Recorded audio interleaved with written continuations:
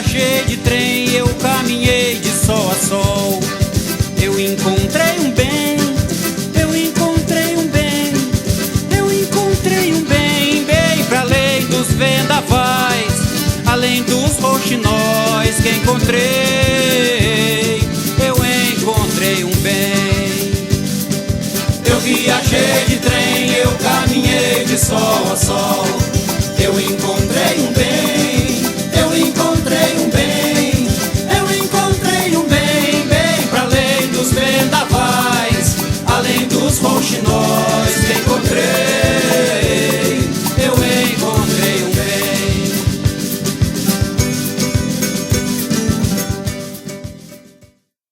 bem. Na minha infância mesmo eu só ouvia música caipira, né? Música caipira, tudo. E às vezes eu pegava aquelas revistinhas, a revista Melodia, que tinha, que chamava antigamente. Eu fazia, pegava as melodias e fazia melodia para as letras da revista, né? Mas isso aí foi uma coisa assim, meio nebulosa, assim, né? Quando eu comecei a compor, eu estava influenciado pela música popular brasileira.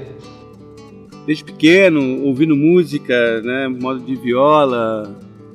Meus primos, meus tios tocam muita viola, moda de viola, né? E daquelas mesmo cascatinianas, gostoso de ouvir serenata e tal. Eu cresci ouvindo serenata.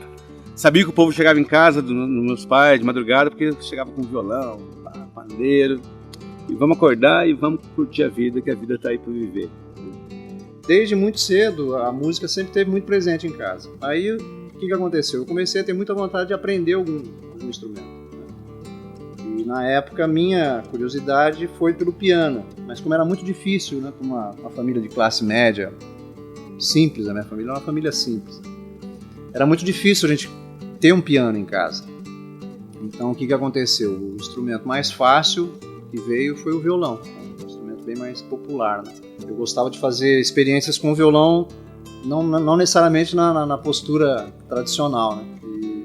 E essa escola tradicional, ela manda você sentar certinho, você colocar o violão certinho e tal. E para mim o violão era uma ferramenta para mexer com o som. Buscando mesmo, assim, eu acho que a música ela veio com a minha mãe. Minha mãe era apaixonada por música, pela vida. Ela brincava muito com a gente em casa de música. Uma música que tem a palavra X, né? Amor. A gente ficava cantando até acertar a música que ela estava na cabeça dela. Então, isso aí foi um primeiro exercício. Eu nasci aqui em São José e quando eu tinha 10, 11 anos eu queria tocar trompete. Eu via na televisão, achava bacana, falei pra minha mãe, eu quero tocar trompete. Aí ela falou pra mim, depois de uns dias, falou, não achei professor de trompete, mas aqui perto de casa tem violão, quer? Quero. Aí fui ter aula de violão. Minha carreira começou, eu acho que quando eu nasci, já nasci músico. É mais ou menos assim que eu penso, porque eu não lembro de uma passagem de uma coisa para outra, antes de ser músico e depois virar músico. Parece que é uma coisa que já estava presente na minha vida desde sempre, né?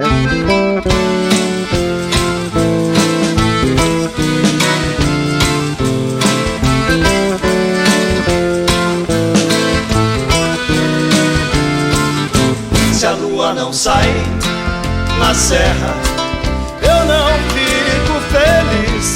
Se a lua não sai na serra, eu não vou ao chafariz. Se a lua não sai. Eu comecei a cantar mesmo como cantante foi em carnaval. Porque fazer apresentação mesmo com música minha foi em 80 no Lírio Paulistano. Antes não, antes eu ficava só sonhando, viajando, achava que dava pra rolar. Foi em 80 que eu comecei a gravar minhas músicas. Aí apareceu em Jacareí um professor, o Maestro Messias, e falecido, um velhinho, tenho ele no coração, maravilhoso. Foi onde eu comecei a bolinha, pauzinho, vale meio, vale metade, taranã, pum, e aí já era. Aí música ocidental, música tonal, ocidental, e improvisação, jazz, MPB, vixe Maria, aí vai embora. Aí o universo musical, rock and roll, ixi. Aí fiz baile, tal, tudo era pretexto para juntar um ou outro. Tem um violão? Tem, vamos tocar, faz um dó aí, pum, vamos lá. Aquele negócio de pivete, né? Tocando violãozinho e tal. Quando foi com 16 anos, eu entrei num coral, Madrigal Música Viva, aqui de São José mesmo. E aí eu comecei a estudar música, comecei a curtir e tal, estudar teoria musical, pá. Aí quando foi com 19 anos, eu já estava a fim de ser músico mesmo, fui prestar vestibular para a Unicamp. Mas demorou, fiz 3 vestibulares, no terceiro eu passei.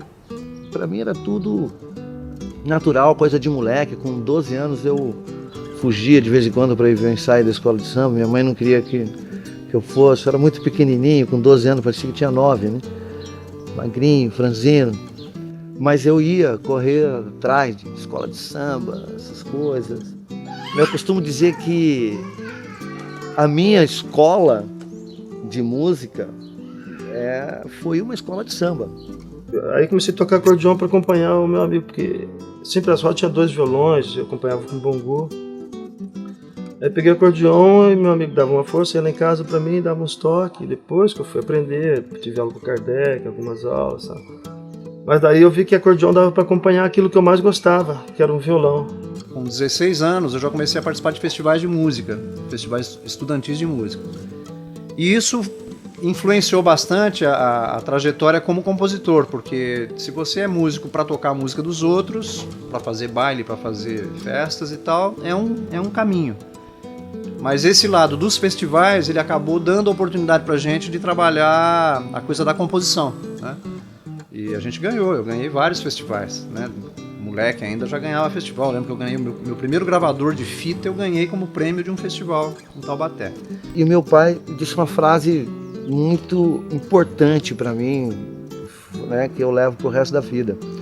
Que ele me disse: se você for um bom músico, tá? Se você for bom, dedicado e tal, vai ser muito difícil. Imagina se você for ruim. Meu pai me disse isso.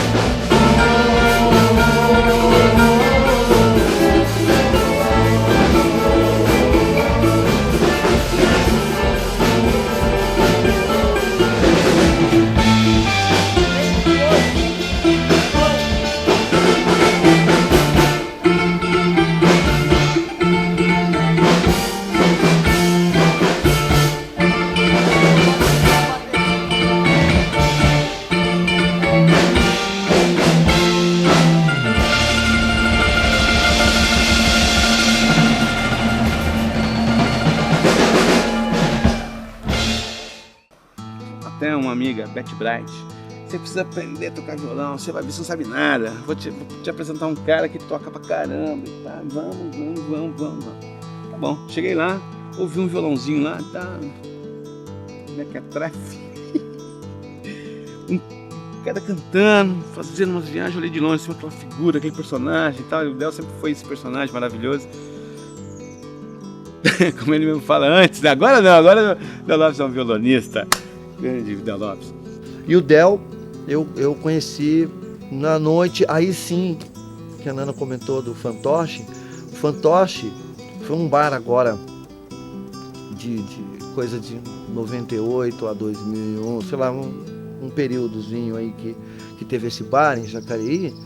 O Márcio levou o Del Lopes lá para fazer um acústico, e eu tava lá com o instrumento, toquei, e é uma coisa que eu tenho, os meninos falaram até que já é um chavão meu, que eu sempre conto essa história, da intimação do Del, né? Que ele falou: não é aquela coisa de, pô, você quer tocar comigo e tal, pô, tô com trabalho aí. Não, ele falou: você vai tocar comigo, aquele jeito dele, né? Tal. Você vai tocar comigo, tipo, intimando, assim. Eu falei: tá bom, você tá mandando, eu vou, não tem problema.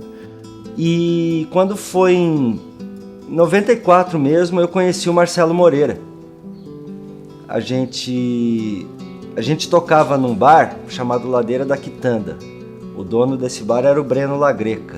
E aí foi rápido a afinidade e tal. Quando foi em 99, eu já tinha montado com o Marcelo os Reis do Baralho, né? E aí ele já estava no Trem da Viração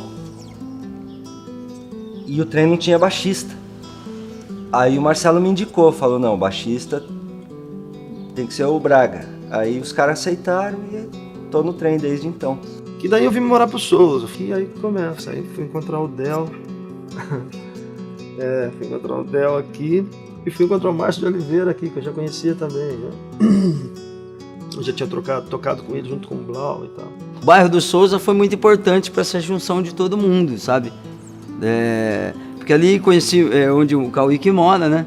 E sempre estava todo mundo ali. Cheguei a tocar várias vezes com o pessoal do Trem da Viração no começo da banda, fazendo percussão ali, sabe? Até hoje chega, faz uma música, como eles podem chegar e tocar com a gente também, né?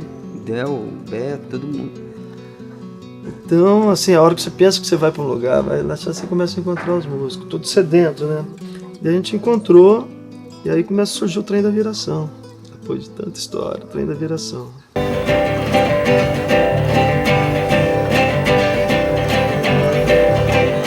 Tinha um trailerzinho que hoje é ao beira do riacho. O pessoal vendia cervejinha domingão à tarde. Ah, vamos lá no trailer tocar um violão? Vamos. E aí foi surgindo no beira do riacho, um palquinho, um lugarzinho de pau a pique, coisa mais da terra, o chão batido. Aí começa a história Noite dos Bruxos, né? O Del, cara, Halloween, semana daqui 15 dias, cara, e nós não estamos tocando em lugar nenhum. Caramba, não é possível, que bando de músicos nós somos, que né, feriadão desse, não vamos tocar em lugar nenhum.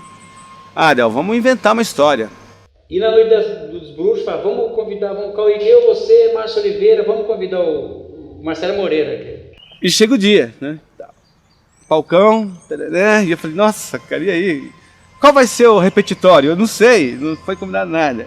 Aí cola Marcelo Moreira. Cauíque, Del, o Márcio e eu. O Beto Quadros foi lá para dar uma canja. Levou a bandola e sentou lá numa mesa com a Márcia. Na segunda ou terceira música, né? A gente falou, pô, tá com instrumento aí, vem que toca já, né? Já dá uma canjinha aqui com a gente agora mesmo. Aí peguei a bandola, já começamos a brincar junto e tal, né? Dar uma canja e tal. E isso foi. Acabamos tocando assim, não sei se 4 horas seguidas, eu sei que terminamos era de madrugada, né? Dia 31 tava lá no palco todo mundo, né? Então, foi uma coisa assim meio improvisada, né? O Del Lopes acabou vindo para morar aqui no Souza também. E estava começando esse movimento também junto com a gente, então se juntaram, né, a banda para fazer uma festa à noite e acabou surgindo o Trem da Viração. Naquela noite nasceu o Trem da Viração, nem bezerro, andando. O Trem da Viração nasceu naquele momento. Aí começou a primeira música e nasceu o Trem da Viração. Aí fala uma sonzeira que ninguém, nem nós, nem público, nem ninguém, até hoje não soube explicar, né? Só quem foi, quem tirou foto, quem tava lá, que falou, nossa, Noite dos Bruxos. Era mais a galera da química da região, do Souza, Monteiro, algumas pessoas de São José. A intenção, não, na verdade, não era tá divulgando tanto assim, nem foi acontecendo naturalmente, né?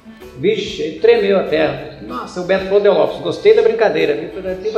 E marcamos uma nova festa, não lá, mas no Coelho e Cabrito. O trem e o Beira do Riacho assim, confunde, né? Mesmo um faz parte do outro. Sem um trem não teria acontecido o Beira do Riacho.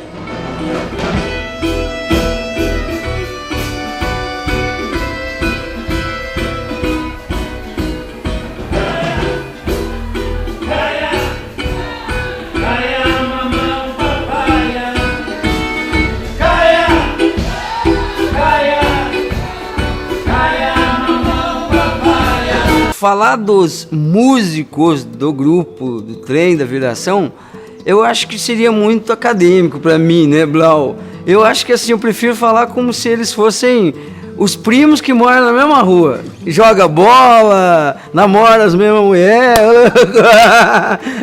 Em Minas é assim, né? Briga por causa disso. Porque é mais fácil falar da história de convivência. O trem, para mim, é um espelho também, sabe? Eu acho bacana assim, que eles conseguiram sair do vale, né? Que é muito difícil com a música que a gente leva. Você conseguir atravessar umas fronteiras, né? Mas eles conseguiram. Lá tem muito do trabalho do Del, né? Que mais compõe, né? Apesar que o Cauê que também parece que compõe bastante pro grupo, o Beto Quadros compõe também. E acho que cada um é um grupo que tem vários elementos que são de diferentes formações, né? Diferentes formações musicais. E isso aí favorece uma diversidade maior no estilo musical, na linha de composições, do trabalho final do grupo. A proposta deles é fazer música, agradar as pessoas, tem show que vende bem, tem show que não vende, né? Então, assim, essa ingenuidade que leva a gente a ir lá em Paraibuna, num show deles, no meio do mato, né? Num lance bem alternativo. E também você acompanha a vida deles e fala, meu, como que tá aqui, né? Perdido aqui, tanta riqueza, né? Agrupada. O treino da Viração era sempre público garantido, todo mundo ia porque eu gostava, né, de ver o show deles e tal. Eles são, o Cauê que é bastante cênico, né? Eu já trabalhei com ele é bem figura, assim. Faz um negócio de pôr uma lata no chão lá e começa a sapatear em cima da lata. Ele faz, o Del Lopes é bastante, né? Acho que todos eles têm uma figura forte, assim, né? Eles são bem diferentes um do outro, né? O Moreira era baterista de rock e tal, já tinha uma pegada mais rock and roll e se adaptou bem ao regional, né? O André também estudou em Campinas, tem uma formação erudita. Quando o trem começa a trabalhar e faz o primeiro trabalho independente lá na beira do riacho, eu conheci o trem. Tá? Eu ainda tinha estúdio na época, já não era mais sócio do Beto, mas ainda tinha estúdio. E o pessoal do trem me procurou, eu não pude atender. Fui atendido por um estúdio de Jacareí que fez a gravação ao vivo lá em... Então nessa oportunidade eu conheci o trem. Na realidade o CD tem... O trem tem 3 CDs. É que a gente chama o primeiro CD de zero. O CD zero. O CD zero foi assim, num dado momento, por iniciativa do Marcelo Moreira, baterista. Quando eu percebi que estava por 4 anos sem disco, a gente foi fazer um show em São Carlos, no Sesc São Carlos, para substituir uma outra banda, que era uma banda de forró. Na época, o Fala Mansa era a banda do momento, era a bola da vez. Quando a gente chegou lá, a responsável pelo evento falou, vocês não tocam umas coisas do Fala Mansa? Assim, apavorada mesmo. Não, a gente toca a música nossa. Não, pelo amor de Deus, trabalho autoral é difícil, porque mais de 2.000 pessoas aqui dentro, a maioria é molecada, e eles estão esperando que vocês toquem os forrozinhos do Fala Mansa, do Bicho de Bé, não sei do que. Lá. Eu falei, olha, né, a gente veio substituir uma banda, não sabia, mas fica tranquila. Fica tranquila porque a gente tem um índice assim, de rejeição muito baixo.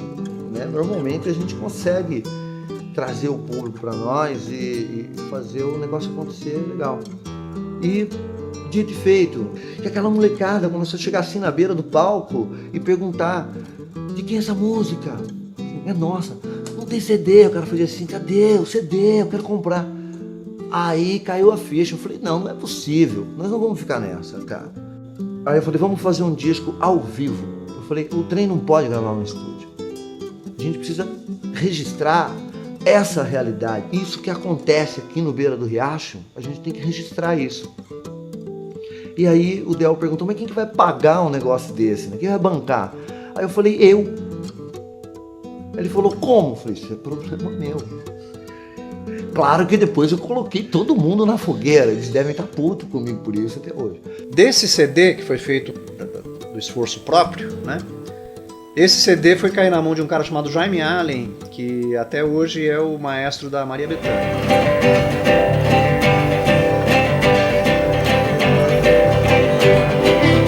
O Levanta Poeira é um disco que marca a vida da gente muito até hoje, é um disco maravilhoso, uma sonoridade maravilhosa. abriu muitas portas pra gente.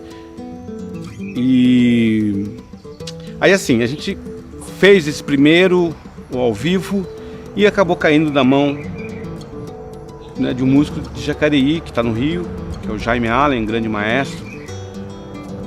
Aí ele ouve, ele vem assistir a gente um dia chovendo, pisa no bar no Souza, fala, que é isso?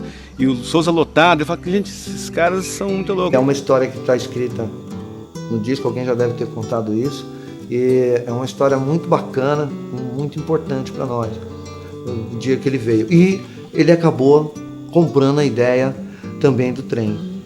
E é o cara que diz que, uma vez ele até me falou, vocês não têm ideia da importância do que vocês criaram para o Vale. Ele chegou lá num dia de muita chuva, de muito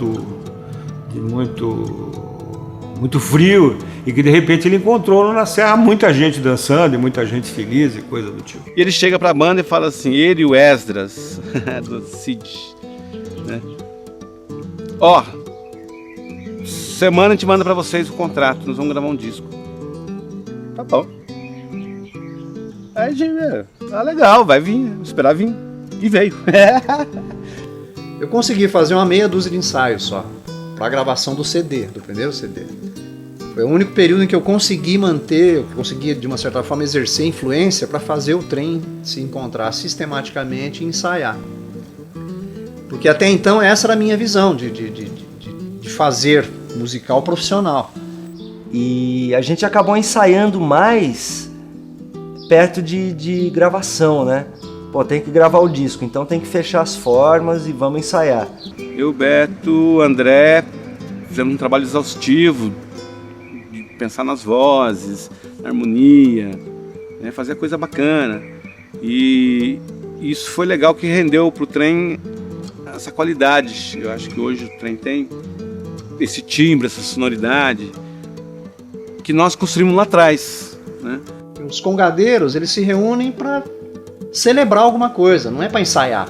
O congadeiro não ensaia, o catireiro não ensaia, não tem essa coisa de, temos ensaio. Não, existe uma data, nós vamos celebrar alguma coisa e nós vamos, nessa data, realizar a nossa música. Aí eu comecei a constatar, né, isso é uma constatação minha, lógico, que o trem, na realidade, é herdeiro desse tipo de tradição. O trem, ele se junta para celebração, ele não se junta para ensaio, né? O processo que o trem usa para polir as músicas, para lapidar as músicas e torná-las finalmente apresentáveis para o público, é um processo muito interessante. Tá? Eles vão ensaiando e vão modificando, às vezes as músicas são colocadas em alguns shows para verificar como é que a coisa vai chegando, até que eles consideram a música acabada. Chegamos no estúdio do Jaime Allen. Deixamos as bolsas assim no canto assim. O violão, senta lá. O batera, senta lá. Senta. Vamos só passar o som.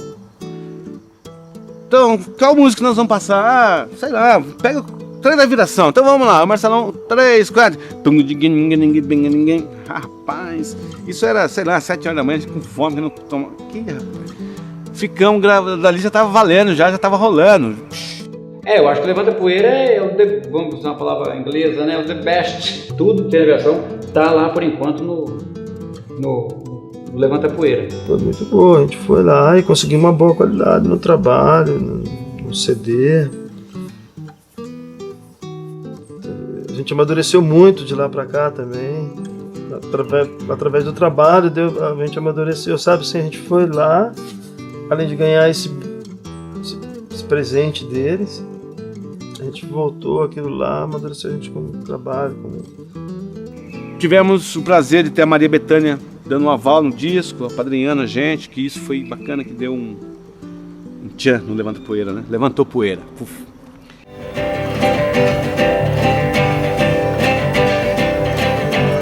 Mas é isso, acho que a trajetória desses 3 discos é bem uma sequência, um puxou o outro mesmo. O resultado de um que puxou o outro, e agora só fizemos o Chega Junto com a produção do Lauro Flessati, né, na produção executiva e tal, porque o primeiro deu um resultado que interessou a ele.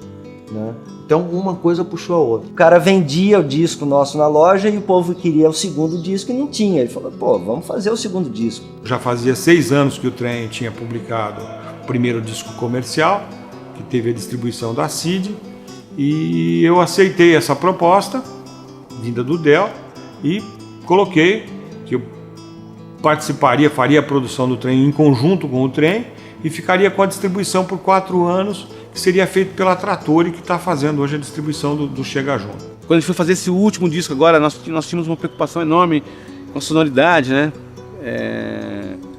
Para que ele fosse não diferente do primeiro, mas não fosse igual também, quer dizer, isso foi e acabou vindo naturalmente. Então esse segundo CD, para mim, ele está muito mais comprometido com a nossa realidade próxima aqui, com essa nossa realidade, que é a realidade do Sudeste, que tem coisas que não tem em outro lugar, Moçambique, que não tem em outro lugar, a Catira, que né, de repente é dessa região aqui, você não encontra a Catira no Norte e tal. Então esse perfil do primeiro CD é mais tradicional, mais ligado ao samba, ao machixe e ao baião, e o segundo CD, ele para mim, ele já arregala o olho em cima das influências que a gente tem nessa nossa região aqui. Basicamente é isso aí. Eu acredito que, assim, principalmente no aspecto artístico, é um disco muito interessante, o Chega Junto, que a gente fez aqui, né? Eu me comprometi com o Trem da Viração, né? A não interferir nas gravações, tá? A gente vai interferir na finalização do disco. Então ele tem uma sonoridade que ela foi um pouco mais ampliada do primeiro disco. O primeiro disco ela tem um disco mais focado nos trabalhos do Del, tá? E alguns trabalhos do Kauik, né? Que é o homem da sanfona. Mas o que acontece? Nesse período do segundo disco, né? A própria visão do Trem não foi uma determinação de produção, tá? O Trem resolveu abrir espaço para outros compositores. Agora nós estamos tentando puxar o próximo e eu não sei ainda como que isso vai acontecer, mas eu acho que já está acontecendo. Composição não falta.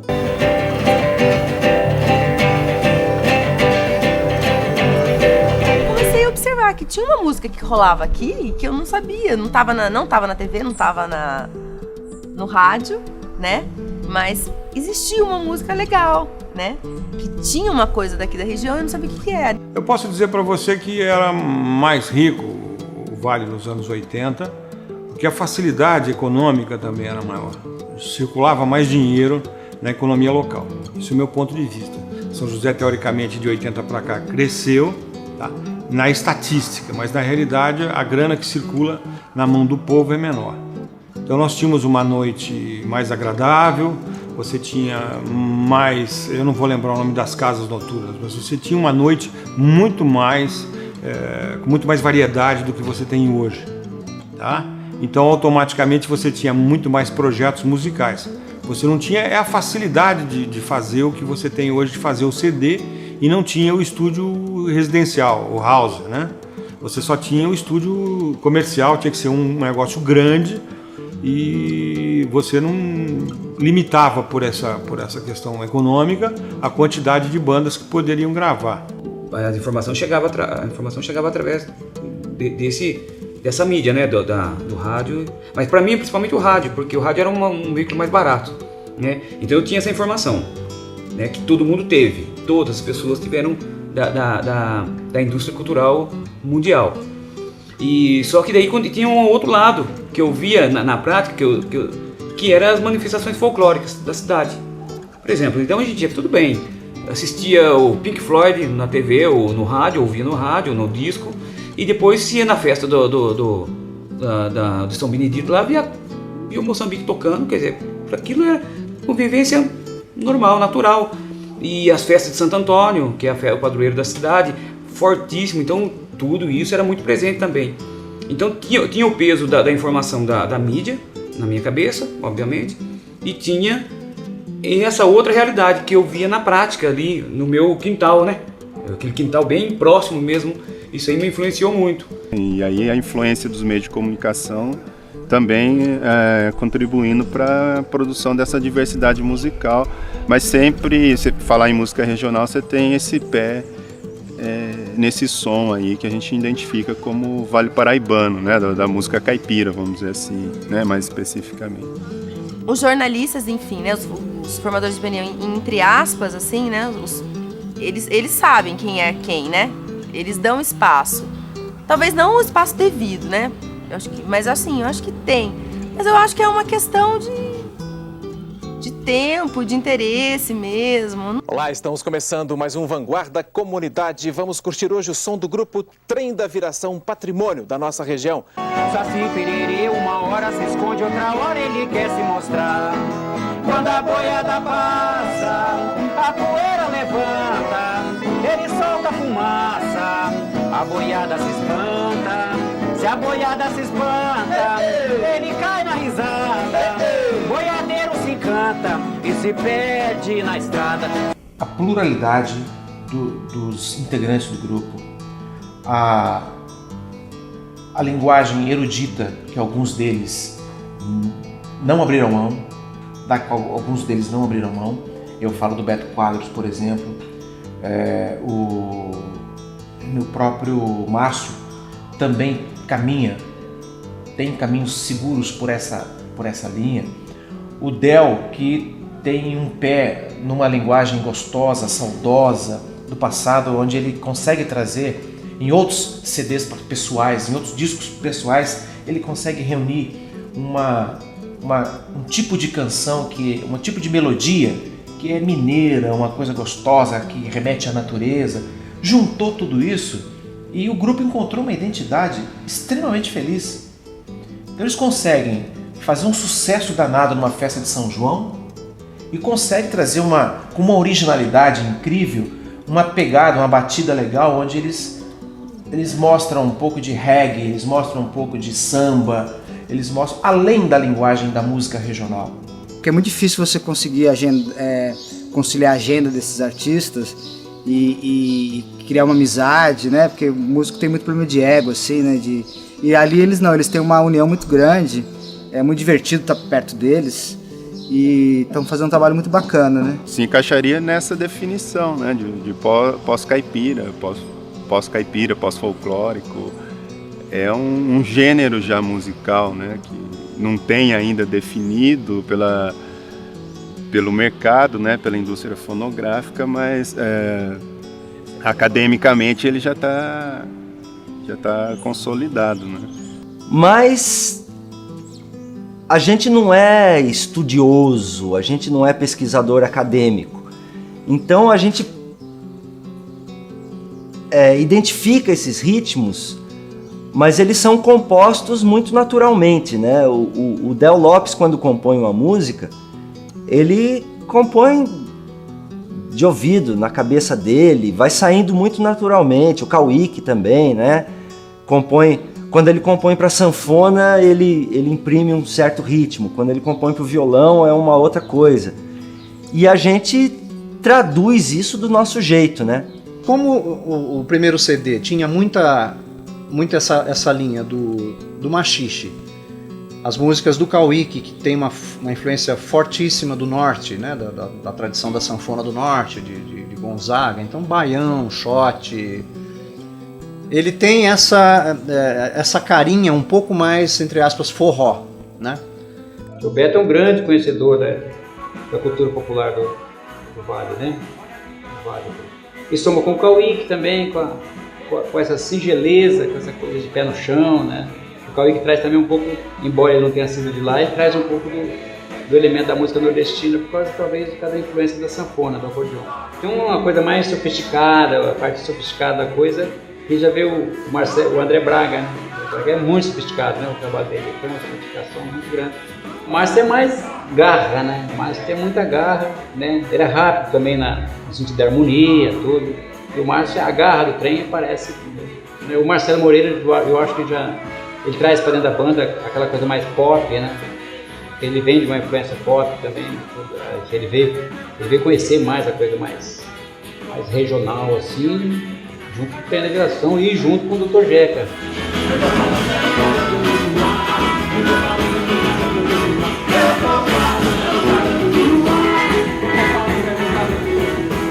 Então eu acho que quando esses grupos eles se inspiram na música popular para fazer o seu repertório, eles têm que ter essa sensibilidade, não é? de saber de que fonte eles estão bebendo, não é? Porque é fundamental isso, porque essa fonte é a fonte da cultura do homem, do outro. Então não é uma coisa, eu vou fazer isso porque eu vou fazer. Ele tem que estar preocupado com e preservar aquelas características da fonte onde ele bebeu. O discurso eu acabei até me assumindo o atentado, né? Assumir a bronca. Assumir a bronca, né? No discurso, assim, na maneira de ver o lugar, né? Porque quando eu moro no Morro do Querosene, eu componho uma música pro Morro do Querosene, né? Que eu vivo lá, né? Então eu acabo compondo aquilo de onde eu vivo. Isso é regionalidade, né?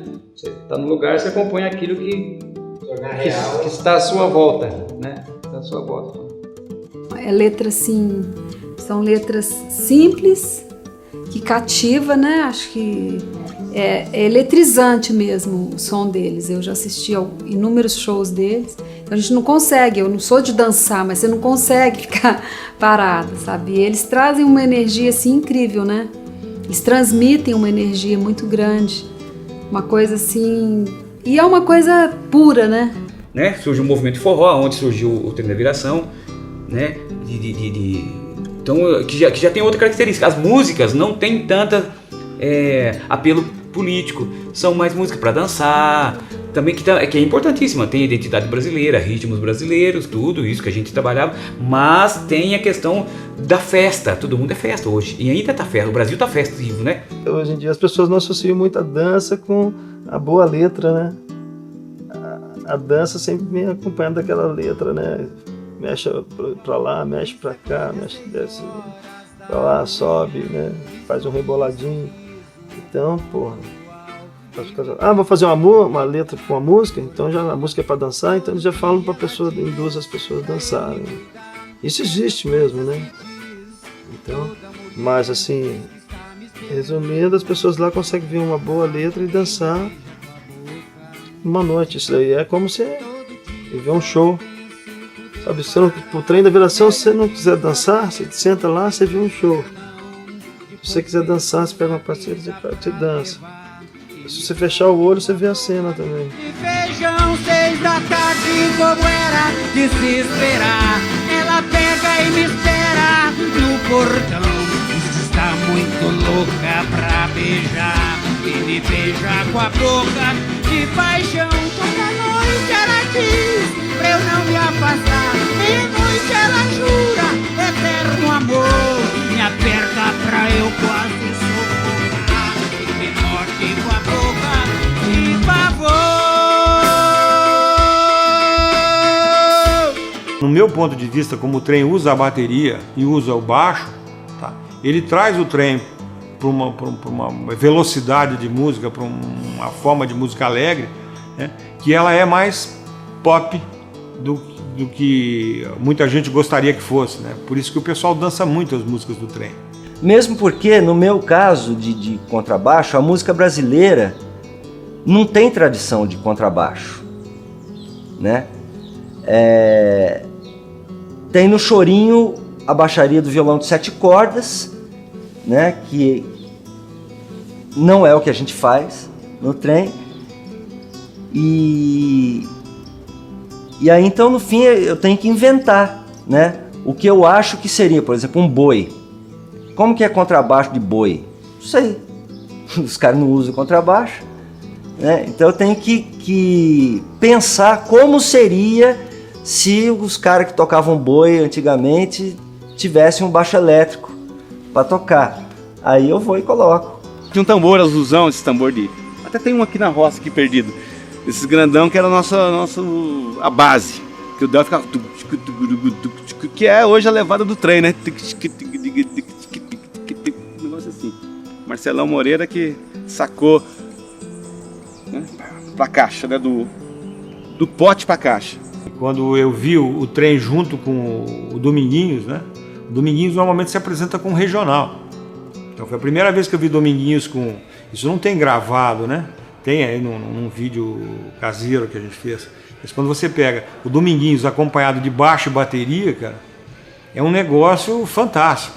Ficou muito bonito, foi um momento muito gostoso.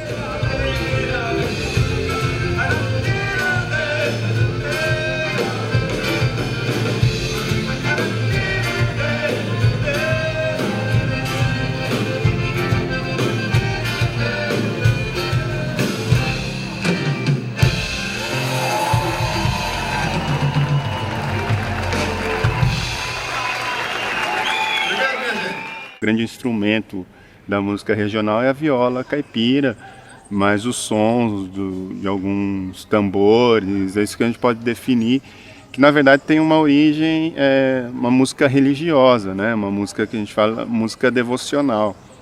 Então, das folias de reis, das congadas, dos moçambiques, que são grupos devocionais, né, musicais aqui da região do Vale do Paraíba.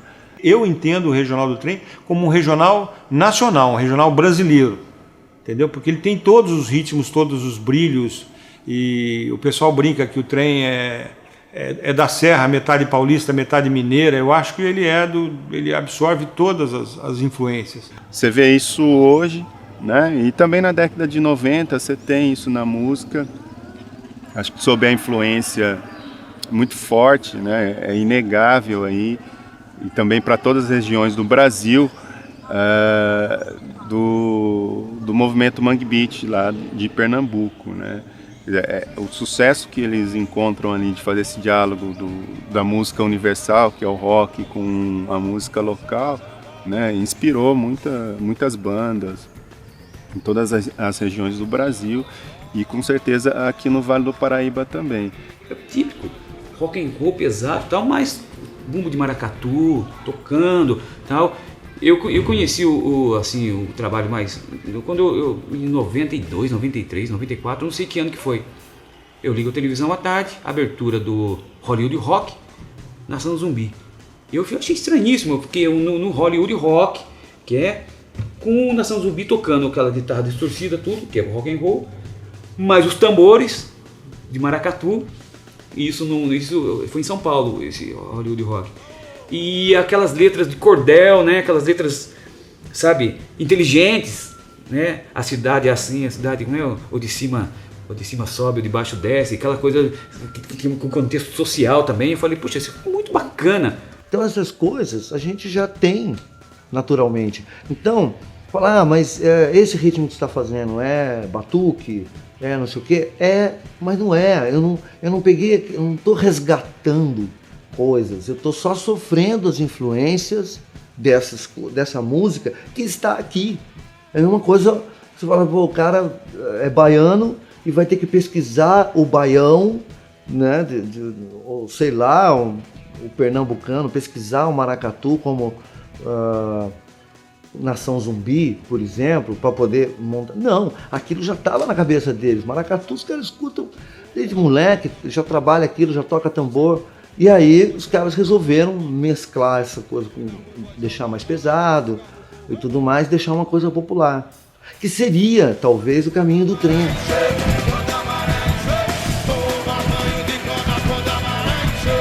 O bacana do trem eu acho que é isso, né? A gente usa a tradição da música popular brasileira, mas com total liberdade. A gente não tem compromisso nenhum com o rigor acadêmico, com o folclore, né? com a tradição. A gente bebe da tradição, mas a gente faz o que a gente quer, no fim das contas.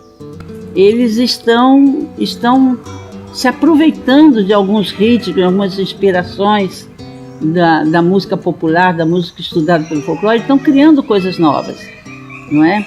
Então o trato com a música tem que ser realmente uma coisa muito cuidadosa, porque senão ela pode ser uma música popularesca, não ter aquele envolvimento com a música da cultura do homem. Acho que esse é um negócio legal, que assim, a gente acaba valorizando, sabe, aquele senhorzinho que toca violãozinho sem pretensão nenhuma, mas ele tem uma história por trás daquela música, né? E que a gente acaba não vendo. Eu acho que o trem, ele sei lá de que forma exatamente, mas ele consegue mostrar e valorizar esse ser criativo, né? Só que ele é simples, ele é matuto, ele é daqui, né? Tomou água do Rio Paraíba, aquela coisa toda, né? E vira um personagem interessante, né?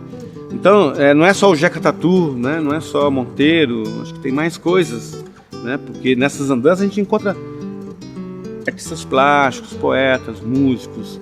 Então isso é bastante significativo. Então a roda num bar, né, do violeiro tomando a cerveja, tomando uma cachaça, a temática das músicas que são tocadas, que são cantadas. Eu acho que é essa influência que você tem hoje nas bandas mais novas, nos grupos musicais, que estão buscando fazer essa releitura da música regional, né? Eu não gosto muito de falar de folclore, é cultura popular, né? Por conta da conotação do conceito, mas enfim, é o que as pessoas chamam de folclore, né? Porque a ideia de folclore, se você não tomar cuidado, dá aquela imagem do ligado ao passado e ao que é congelado, é imutável, não muda. E, na verdade, não é isso que acontece, né? Não é assim. Folclore não estuda só a cultura do homem que vive longe do centro, o homem urbano. O homem urbano também tem o seu folclore, porque folclore é cultura que você aprendeu aonde você estava, desde quando você nasce. A indústria cultural não está interessada nesse tipo de coisa, mas que, de uma certa forma, acaba se perpetuando na história de vida das comunidades, né? Eu acho que o trem já faz parte da história de vida dessa comunidade nossa, enquanto representante dessa nossa cultura, e acho que até para muita gente fora daqui, porque o trem, quando aparece nesses programas de projeção maior, como o Senhor Brasil, por exemplo, eu recebo telefonemas do Acre, gente que me liga do interior da Bahia, que quer CD do trem. Então tem gente interessada no que a gente faz, seja lá o que é que a gente faça.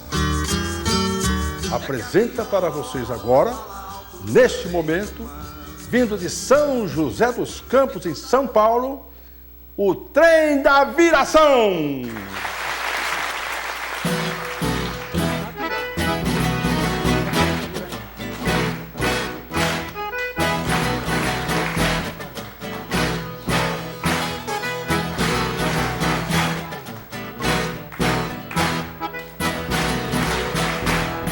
Nasci numa palhoça, levei vida de caipira.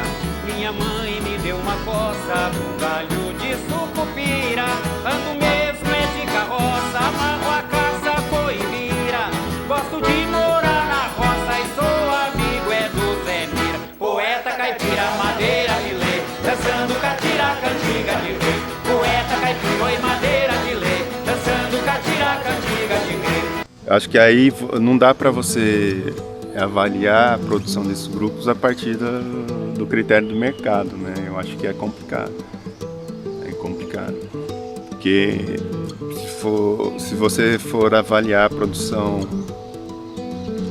isolada, é complicado, mas se você vê o volume dessa produção, o volume de bandas regionais que estão fazendo sucesso, você soma isso daí, é expressivo. E nesse caso o que a gente faz é uma coisa que eu considero muito consistente sob o ponto de vista artístico e cultural, porque é belo enquanto arte e é cultural verdadeiro porque carrega essas histórias aí. Então eu fico imaginando, né, a oportunidade que a gente pode estar dando para as pessoas dessa geração e das próximas, quando elas puderem ouvir um Zé Quintino, que é um pagode de viola, que não tocou em novela nenhuma, que não tá só está no disco do trem, né? E isso é documento. Eu acho que a história se faz de registros, né? Quer dizer, a gente vai construindo nossos saberes a partir de registros que alguém faça, né? Mas isso é um problema que não é brasileiro, tá? Você tem muito mais música do que você tem rádio. Então você sabe que esse problema acontece em todos os países. Você tem um fator de limitação relativo a tempo de rádio. Então o programador escolhe e você fica na mão do programador. Até tem um trecho de uma música que a gente canta, que todo mundo tem, que é assim, como é? Como é bonito o chão cheio de estrela, o shot pé de serra oriundo, seu doutor. Se um dia eu for-se embora nessa terra, eu não fico triste não, ouvi na FM nosso trem da viração. Todo mundo tem folia na cabeça, todo mundo tem vontade de voar, todo mundo tem, todo mundo tem.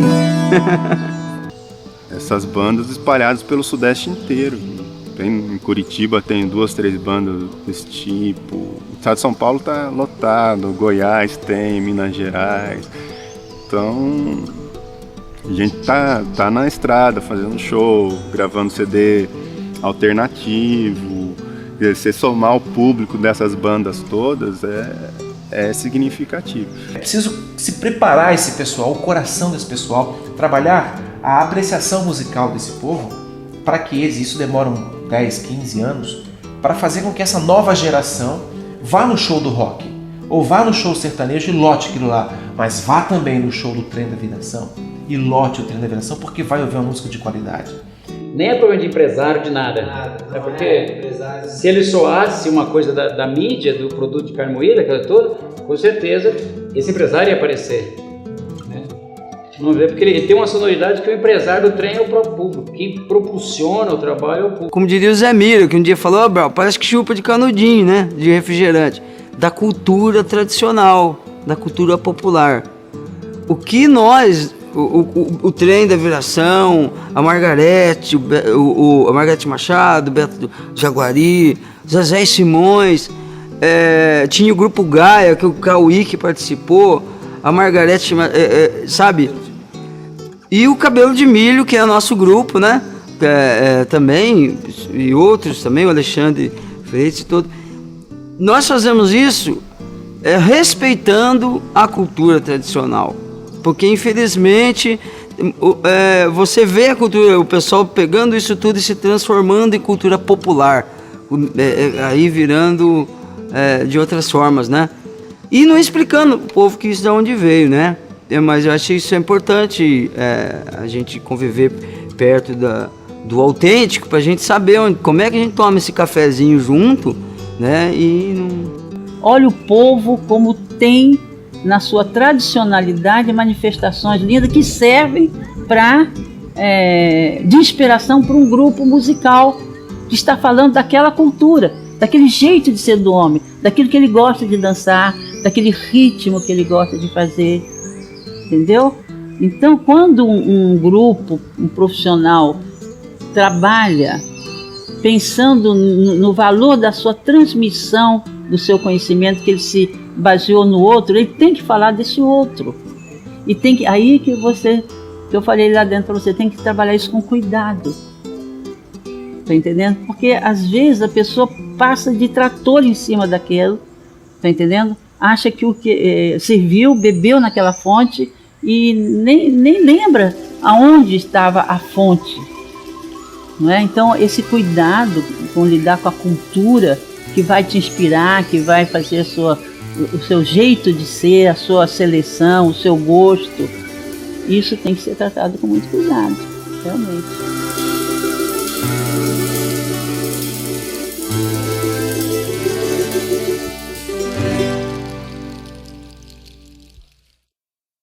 Hoje é dia de grito. Hoje é dia de grito. Mutirão enfermeiro, vem compor tijolo na igreja de São Benedito.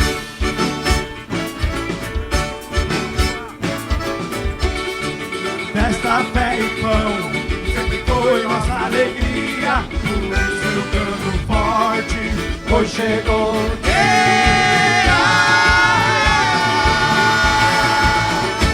Hoje é dia de grito. Hoje é dia de grito. Mutirão infinito, vem compor tijolo na igreja São Benedito.